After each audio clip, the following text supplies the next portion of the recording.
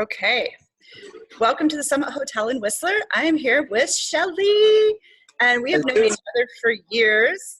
And she's actually going to be our speaker at the ladies' meeting this month. So I'm very excited to do this podcast with you, Shelley. Thanks, love. Welcome. Thank you. Happy to be here. So what are you going to be talking on? Tell us a little bit about how you got into doing the you're writing your book, because it's a huge leap from when I first met you. And yeah, definitely a huge leap from when you met me, which was I think doing a 3-day seminar on basically somebody's like, have you ever done finding your why? I'm like, yep, I've sat with many people finding their why. Well, I sat through 3-day seminars of them doing it. Yeah, I'm doing their why, and I'm like, yep, I've really peeled that onion back, but there's always more to go. But that's what definitely. I think one of the biggest things I've probably learned is that really my only job here is to become, because I tell you what I was becoming 5 years ago, 10 years ago, 2 minutes ago is so different from what I'll probably be doing 2 months from now, 2 years from now. So I just roll with it now. Sweet. So what were you doing when we first met? I believe when I first met you, I was coming to the end of a huge accounting contract with Bell Canada. If my memory serves you right, because man, it has been a few years since Make Your Mark, and you and I were doing our stuff where I met you there and having lunch.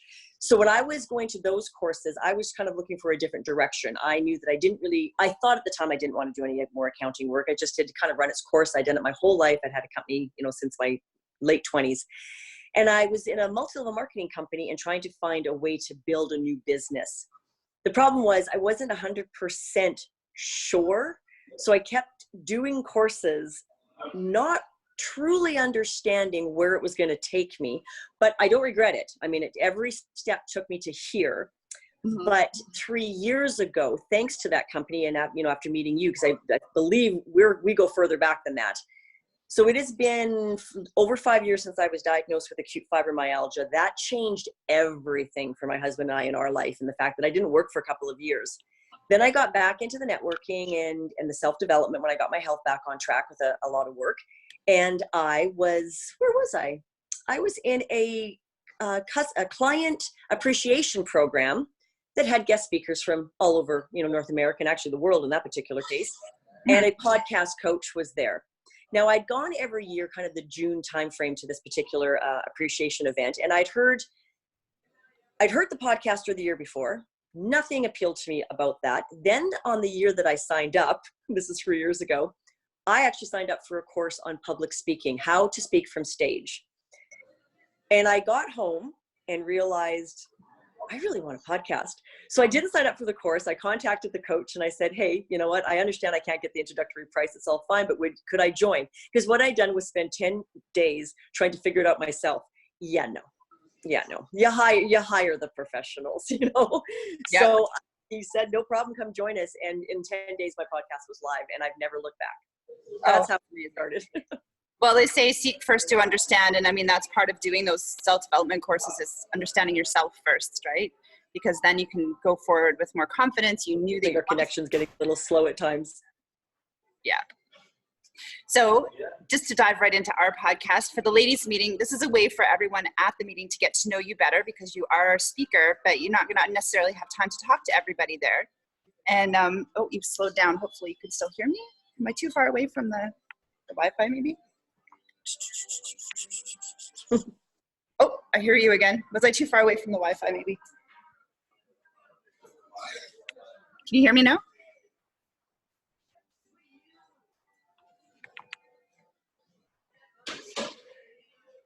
Can you hear me, Shell? Lost your video. There you're back. Okay. That's a whole edit there.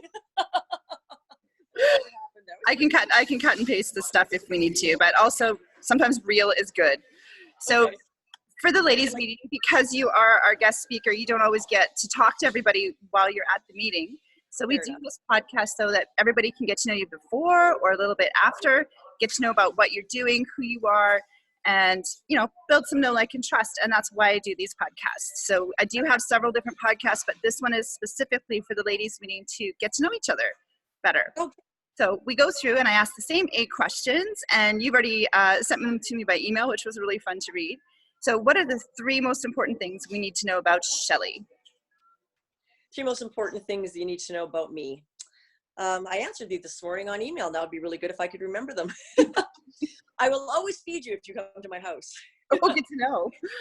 Food is, years ago, I was in one of these courses where I learned about sacred gifts. And it was very interesting to learn about what I do that comes naturally and what I had as skill set and what I literally have nothing of at all. And I discovered that I definitely, my husband and I shared them, actually, a couple of them. We have the definite gift of hospitality, service, and facilitation and knowledge. And those things actually have led me to where I am today. Whereas there is a gift of like administration. And I've done a lot of that in my career, but I realized that was a skill set I had learned. It was not something that came naturally. I didn't enjoy it. I just ensured to be professional that I knew what I was doing. It's not something that comes naturally. I also discovered that why I enjoyed my bookkeeping company for so many years was the social aspect and the gift of service that was put into place, which after a few years in a large corporation like Bell Canada, I realized why I was so unhappy. Because those things don't matter when you're just a cog in a wheel like that, but they mattered when I was in my one-on-one. Second thing, I'm a huge wineophile, so I'll feed you and my wine cellar can also drink you or serve you. I actually have taken my YSET, Wine Education Trust. I'm a level 3 and did that just for my own knowledge. I absolutely love it. Oh, good to know. I'm looking at that so I can come and harass you because I've started wine camp, but I haven't actually taken any official training. So we're looking at all my tasting classes. You come talk to me. We're looking at partnering with Barefoot Bistro, so and doing something with them. So that's really exciting. Wonderful. Oh yes, yeah. I loved it. I thought I might do something with it for my career, but really it was more just about my love. I was introduced to New World wines first, and I really wanted to understand as I got into wines, and it's obviously a huge love of mine, why a wine was good, whether I enjoyed it or not, what made it good from the old world, and that's what I definitely learned. Third thing, I grew up hunting, fishing on a dirt bike, on a snowmobile, and I much prefer being on a cruise ship with someone else waiting on me on foot. But I can a grouse for dinner if I had to. Good to know. I still have my grandmother's book with squirrel pie. Never used it. I did catch a squirrel at the house today, but I think it was taken away quietly. Okay, probably as it should be. What is work and what is play? Oh, work for me is definitely accounting at this point. I do it because there's bills to be paid and I'm good at it, but it's work. It 100% is work. Play for me, podcasting actually is play for me. It is something I love to do. If I could, I'd podcast every couple of days. Unfortunately, I have this built-in 30-minute meter. So can't seem to get that down to a 10-minute snippet, so I do it once a week. Play for me is definitely beaches, relaxing, golf, and a book. That's play. Excellent. Is there something that you want others to help you achieve or support? So is there something you want others to help you achieve or that you need support with, like a cause or a cause? No, nothing. I grew up in a very religious household, so kind of tithing and that sort of thing is sort of just a very normal part of my lifestyle and personality. So I'm definitely not one of those people I would have to say that goes out and looks for causes to support. Mm-hmm. It's been ingrained in me, and I tend to give to the church or to World Vision or something like that. So I don't have any huge causes. My support probably just in life is my public speaking, which this group is definitely supporting and helping me along that line. I don't know why it's a fear for me, because seriously, you can tell I have no problem talking. But, like I said, foot and back for you. Be like getting you on the stage right away. Hilarious why this is such a thing for me. And everyone laughs at me. They just look at me and laugh. They go, seriously? So, I know, me too. I mean, I have done Toastmasters, I've done everything, and when I get up on, as you see, I get in front of 30 to 50 women, and I don't see anybody. I just blank out. Oh. And everybody's like, oh, you did a great job. And I'm like, what? I'm your guest speaker in 2 weeks. Don't tell me that. I did have to laugh. I'm talking to my coach. I have a coach now that I'm working with that I signed on in June that I'm going to work with for a solid year once a week, and it's been wonderful. And when I suggested things to do and I suggested Toastmasters, he just looked at me and says, yeah, you're not wasting your time with that. That's for the people that can't get as far as you've gotten. I'm like, yeah, oh, I kind of thought that might help. He goes, yeah, no. So. Well, what I find is that Toastmasters is a really great place to start. Mm-hmm. Right? But if you want to get up on the stage and just get not just past your comfort zone, but start to engage your audience, it's totally different. Because I think a lot of people get stuck in their Toastmasters group and never get out of that same loop. Oh, good to know. I have no experience. I've never done it. I remember So my husband. I did social media for transforming speakers, and they were all speakers who were working to have stage experience, which is very different than Toastmasters. Okay. Okay. You need Good all to those know. Toastmaster skills, right? But then to get that out on the stage and really engage with an audience of 300 or 500, it's a very different skill than they're teaching in Toastmasters often. Perfect. And then you know what? I got the right advice. I'll carry on. But I mean, for some people, they naturally progress to that, and they find the right people within Toastmasters to get to that, and they go out and do the international. And like, there's nothing wrong with Toastmasters. It is a great place. Oh no, I completely agree. My husband had done it years ago when he was younger, but he does not have like communication skills like I do. He's not like me. So he was like, he cautioned me, he goes, I'm not sure that's really for you, hun. But do you remember I told you I'd signed up for a different course? Mm-hmm. That course I still have. I went back to the owner, Dr. Andreas, and I said, you know, I really don't want a refund. I appreciate your, you know, the information he was willing to give for his $1,000 was unbelievable. Unbelievable. And so he said, no, it's yours for a lifetime. Your access to the website is there for a lifetime when you are ready. So this year, that is what my intention is, to take the high functioning habits talk and put it through his course for a stage presentation. Well, I think I've already got the tools. You already know where you want it to get, and then yes, because 3 years ago I didn't know. I kept working through this health and wellness topics, and I wrote these like little draft for an ebook, and I just wasn't getting it. And then when high functioning habits kind of became my brand, and I wanted to create the ebook, dawdle, procrastinate, and then sat down and wrote it all in one day. Magic. Yeah, so it obviously clicked. So if you could pick one book that everyone should read or have, other than yours, obviously, what would it be? Oh, hands down, the 4 Agreements. I think especially for young people, they need almost to, and it can be a tough listen to. I almost advise people listen to it in 1.25 speed on Audible first. Don't try and read it. Listen to it in your car, on your headset, commuting, whatever. Because if you can get a hold of those 4 components of your life, especially the impeccable with your word, which really has nothing to do with being honest. Well, it does, but it really has more to do about how we talk to ourselves, our self-chatter. If you can get those things kind of under control, everything else you do after that, you know, go and read Eckhart Tolle, go and read You Are a Badass by Jen Sincero, go read all these books. And I believe you will get so much more out of it. Yeah. Totally agree. Sorry. And it sounds like you've read the Love Languages book with to me, they go together so well. Definitely. Sorry, I should have thought about that. Yes, in fact, I've read that one and the one for children and such, because my granddaughter, right from the time she was 2 or 3, we recognized that her love language was completely different than ours, and we've taught her, because my baby girl had to understand that grandma needs a hug, but her love language is quality time. So, what is your favorite thing to do with friends? Oh, anything that involves wine and food. I'm a huge wineophile. I'm a huge foodie. That's why I enjoy cruising. In fact, we're changing cruises this year into a smaller boat because I just want better food.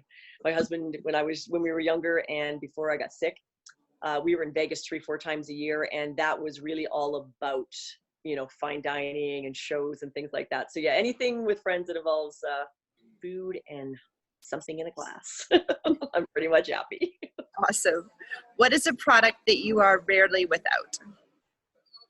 This is so ungirly, but my Ionic foot bath. I got into them a few years ago to help me with my illness, and now I have a treatment room in my house and I sell them. And even though the little box is really heavy, I paid the fee to take it with me pretty much everywhere.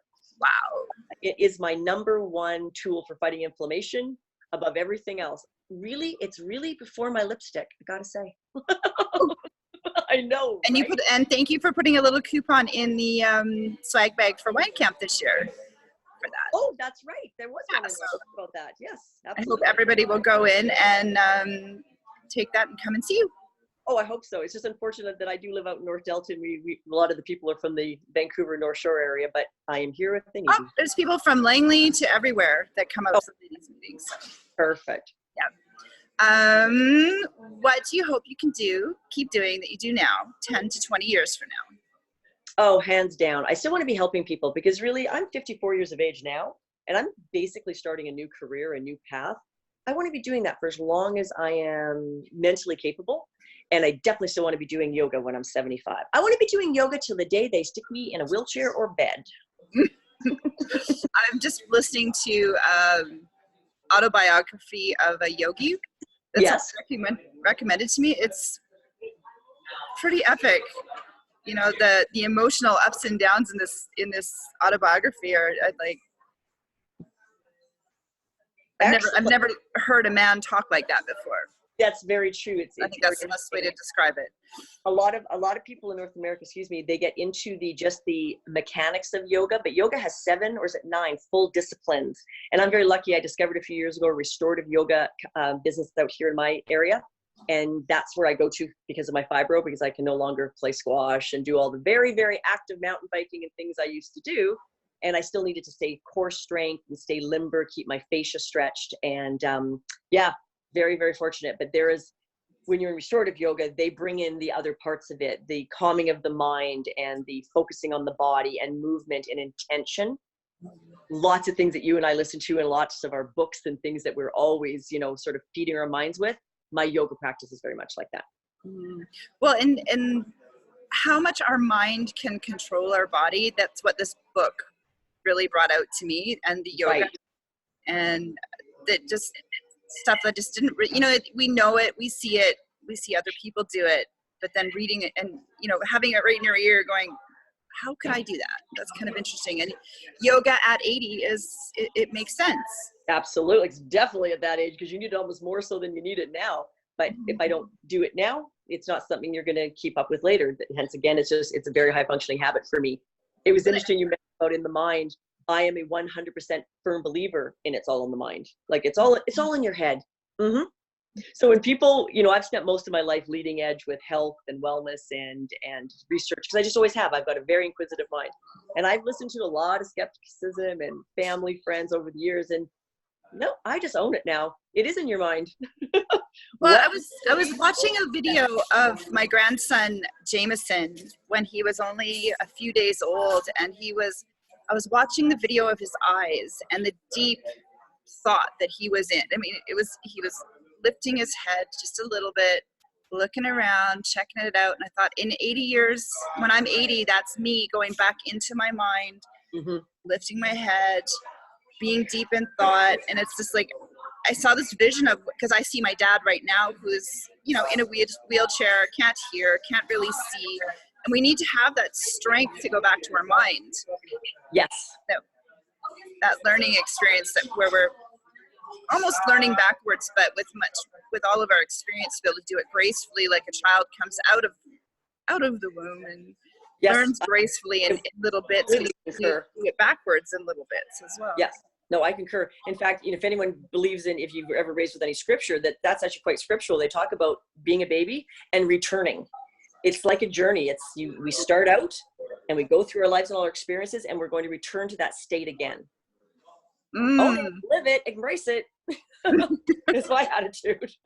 Well, and that's what I love about our group is we can all learn to do this together too, and learn from each other, which I think is a lot of the missing pieces for people that don't go to church or don't have a community group, or, like I live in Whistler. There is a lot of different religions and stuff up here, but there isn't really it's more about sports.